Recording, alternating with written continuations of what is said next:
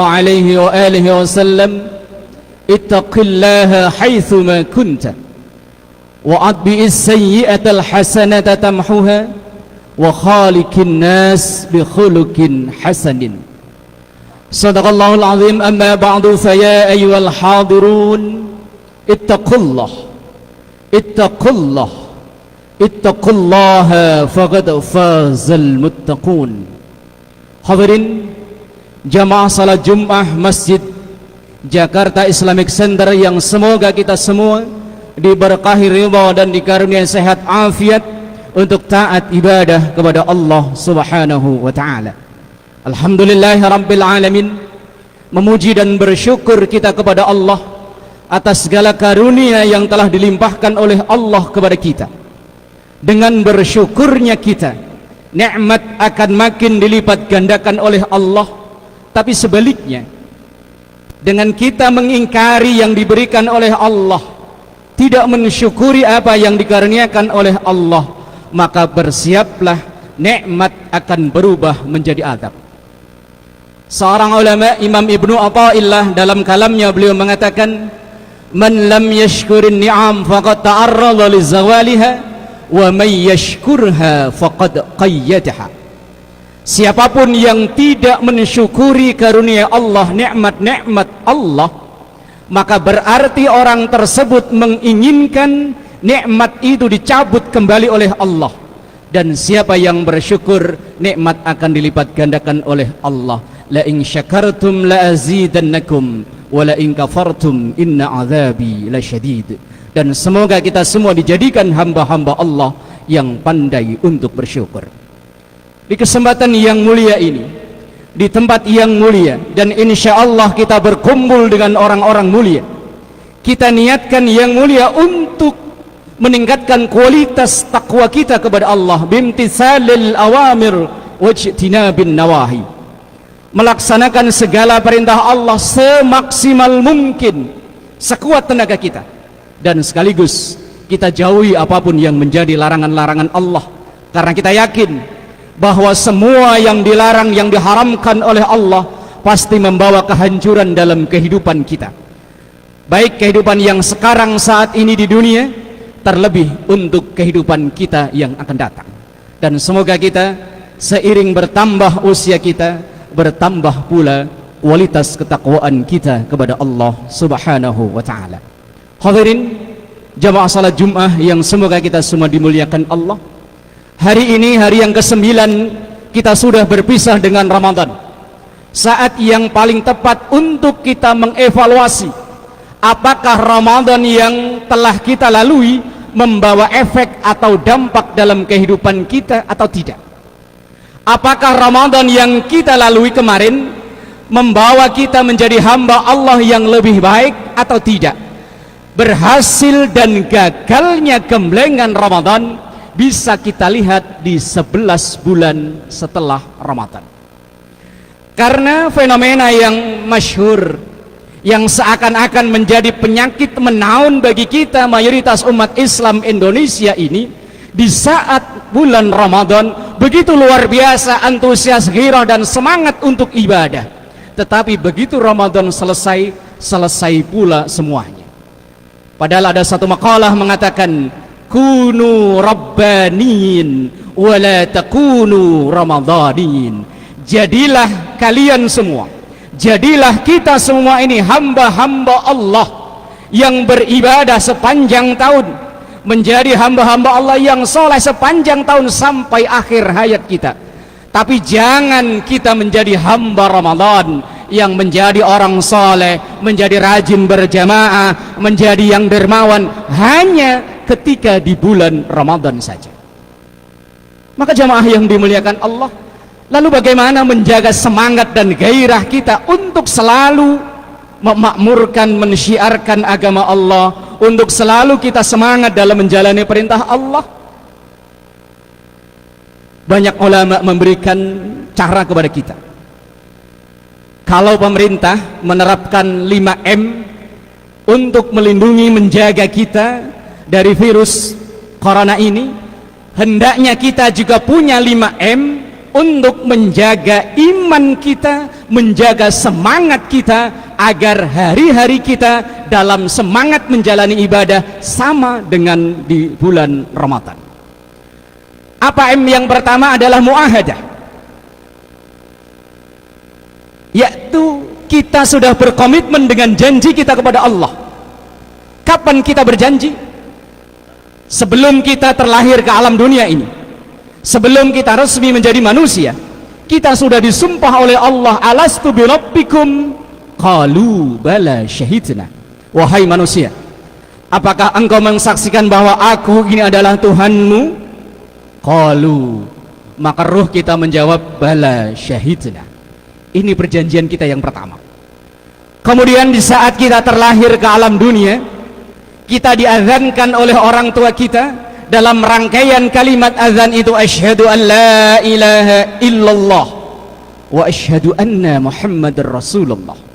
Kalau boleh diterjemah secara bebas, nak, ingatlah engkau dulu pernah bersumpah bahwa hanya akan beribadah kepada Allah dan mengambil suri tauladan dari Rasulullah Muhammad sallallahu alaihi wasallam.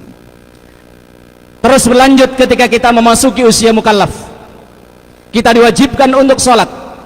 Dalam salah satu redaksi doa iftitah, inna salati wa nusuki wa mahyaya wa mamati lillahi rabbil alamin, bahwa sesungguhnya sholatku, berbagai macam ibadahku, hidupku dan matiku hanya untuk Allah, zat yang menguasai seluruh alam raya ini. Kita berjanji, kita bersumpah bahwa yang kita lakukan dari berbagai macam ibadah ini hanya karena Allah, tidak peduli musimnya apa. Kemudian setelah kita membaca doa iftitah, kita lanjut membaca Fatihah. Di situ pun kita mengulang janji kita kepada Allah, iyyaka na'budu wa iyyaka nasta'in. Hanya kepada Engkau ya Allah na'budu, kami menyembah, wa iyyaka, dan hanya kepada Engkau ya Allah nasta'in, kami meminta tolong. Ini rangkaian-rangkaian perjanjian kita yang kalau kita bisa berpegang teguh komitmen dengan janji kita, insya Allah semangat akan terjaga dalam diri kita. M yang kedua, muraqabah, menanamkan dalam diri kita rasa selalu diawasi oleh Allah. Karena terkadang kita menjalani sesuatu itu ada semangat ketika kita merasa diawasi. Kalau kita hanya mengandalkan diawasi oleh atasan kita, diawasi oleh guru kita, diawasi oleh pimpinan kita, banyak ruang dan waktu untuk kita menghindar dari pengawasannya. Tapi kalau yang mengawasi Allah subhanahu wa ta'ala, kemana kita akan menghindar? Dua malaikat Allah, Raqib dan Atid, di tempat yang sepi, di tempat ramai, di pasar, di masjid, di kantor, di tempat bisnis dan lain sebagainya, nggak pernah berhenti untuk mengawasi kita. Sekecil apapun yang kita ucapkan, yang kita perbuat, dicatat oleh dua malaikat Allah. Ma yalfidhu min qawlin illa ladaihi raqibun atid. Maka dengan berkenaan dengan hal ini, Rasul sallallahu alaihi wasallam sabdakan dalam hadis yang begitu masyhur, ittaqillaha haitsuma kunta. Takwalah kepada Allah, takutlah pada Allah, merasalah diawasi oleh Allah haitsuma kunta, dimanapun engkau berada, kapanpun engkau.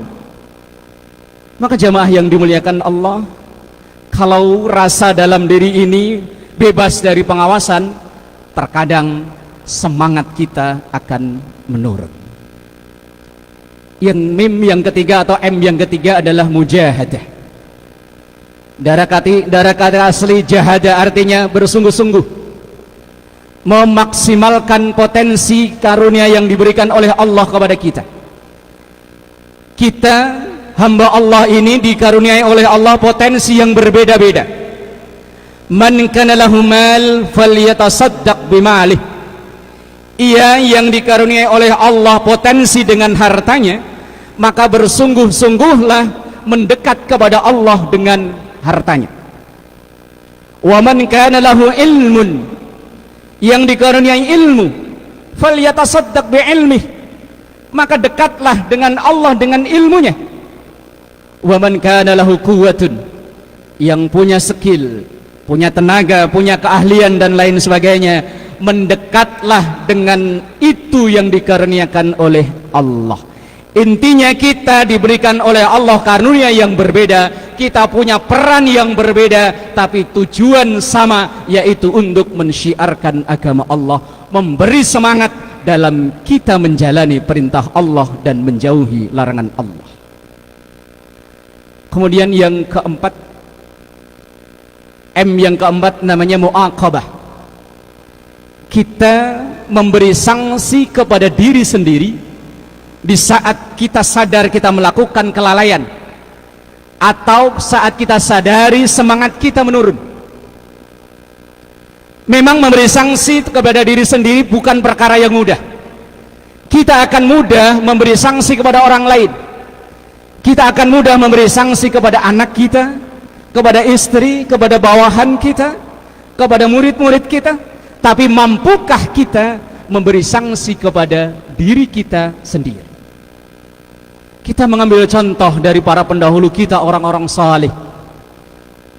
Sahabat Sayyiduna Umar ibn al-Khattab radhiyallahu anhu, dalam satu riwayat, beliau saking asyiknya merawat kebunnya, karena saat itu kebun menjelang panen lagi bagus-bagusnya.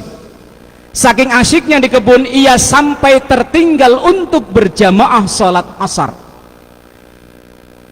Maka akhirnya beliau untuk mu'aqabah dirinya sendiri, memberi sanksi kepada diri sendiri, beliau menghibahkan kebun tersebut sebagai hukuman terhadap diri sendiri saat lalai untuk sholat berjamaah asar.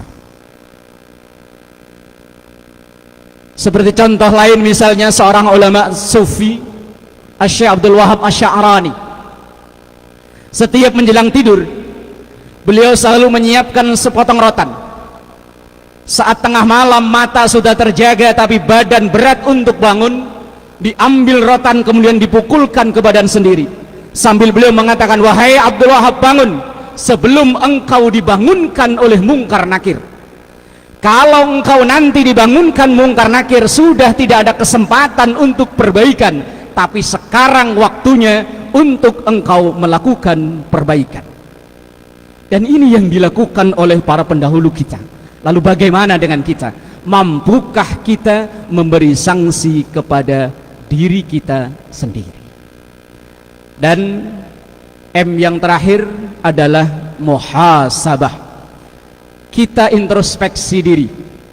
Makalah yang disandarkan kepada sahabat Abdullah ibnu Umar dikatakan, hasibu anfusakum qabla an tuhasabu. Koreksi dirimu sebelum engkau nanti dikoreksi. Kalau saat ini kita mengevaluasi, kita mengkoreksi diri sendiri, ada kesempatan untuk kita melakukan perbaikan. Tapi kalau nanti yang sudah mengoreksi malaikat Allah, sudah tidak ada waktu lagi. Idealnya, tuntunan yang disampaikan oleh Imam Al-Ghazali dalam Bidayatul Hidayah, beliau mengatakan, paling tidak setiap kita menjelang tidur, kita melakukan introspeksi diri. Ya Allah, 24 jam yang engkau karuniakan hari ini, kira-kira pahala atau dosa yang lebih banyak saya lakukan. Sampai seusia saat ini, kalau seandainya kontrak hidup kita diakhirkan oleh Allah, apakah surga atau neraka? Sampai hari ini, apakah kita termasuk yang membawa maslahat atau madarat di lingkungan sekitar kita? Begitu yang diajarkan oleh Imam Ghazali, paling tidak setiap kita menjelang tidur. Maka jamaah yang dimuliakan Allah, untuk menjaga konsistensi semangat dan gairah kita beribadah, yang pertama, kita komitmen dengan janji kita kepada Allah. Yang kedua, kita tanamkan rasa selalu diawasi oleh Allah. Yang ketiga, maksimalkan potensi karunia Allah. Yang keempat, beri sanksi kepada diri sendiri saat kita sadar kita melakukan kelalaian. Dan yang kelima, selalu introspeksi dan koreksi untuk melakukan perbaikan. dan semoga kita semua menjadi hamba-hamba Allah yang lebih baik. Amin ya rabbal alamin. Aqulu qawli hadza fastaghfiruh innahu huwal ghafurur rahim. Allahumma salli ala sayyidina Muhammadin wa ala ali sayyidina Muhammad.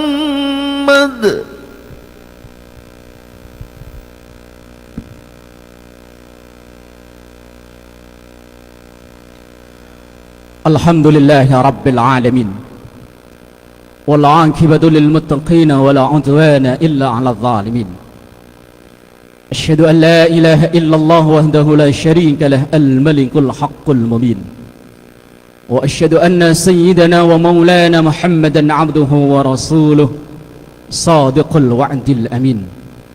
Allahumma salli wa sallim wa barik ala sayyidina wa maulana Muhammadin وعلى آله وأصحابه أجمعين.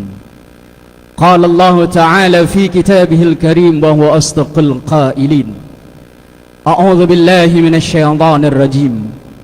يا أيها الناس إنا خلقناكم من ذكر وأنثى وجعلناكم شعوبا وقبائل لتعارفوا إن أكرمكم عند الله أتقاكم إن الله عليم خبير.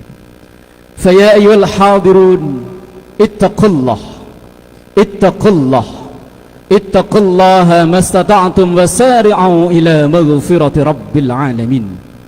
اللهم صل وسلم وبارك على سيدنا ومولانا محمد وعلى آله وأصحابه أجمعين. ورضى اللهم على أربعة الخلفاء الراشدين سيدنا أبي بكر وعمر وعثمان وعلي وعلى بقية الصحابة والتابع التابعين ومن تبعهم بإحسان إلى يوم الدين وعلينا معهم برحمتك يا أرحم الراحمين. اللهم اغفر للمسلمين والمسلمات والمؤمنين والمؤمنات الأحياء منهم والأموات إنك سميع قريب مجيب الدعوات. ربنا لا تزغ قلوبنا بعد إذ هديتنا وهب لنا من لدنك رحمة إنك أنت الوهاب. ربنا لا تؤاخذنا إن نسينا أو أخطأنا. ربنا ولا تحمل علينا إصرا كما حملته على الذين من قبلنا. ربنا ولا تحملنا ما لا طاقة لنا به واعف عنا واغفر لنا وارحمنا أنت مولانا فانصرنا على القوم الكافرين. بسم الله الذي لا يضر مع اسمه شيء في الأرض ولا في السماء وهو السميع العليم. بسم الله الذي لا يضر مع اسمه شيء في الأرض ولا في السماء وهو السميع العليم. بسم الله الذي لا يضر مع اسمه شيء في الأرض ولا في السماء وهو السميع العليم. اللهم اكشف عنا البلاء والوباء والغلاء والفحشاء والأمراض ما ظهر منها وما بطن من بلدنا هذا إندونيسيا خاصة ومن بلدان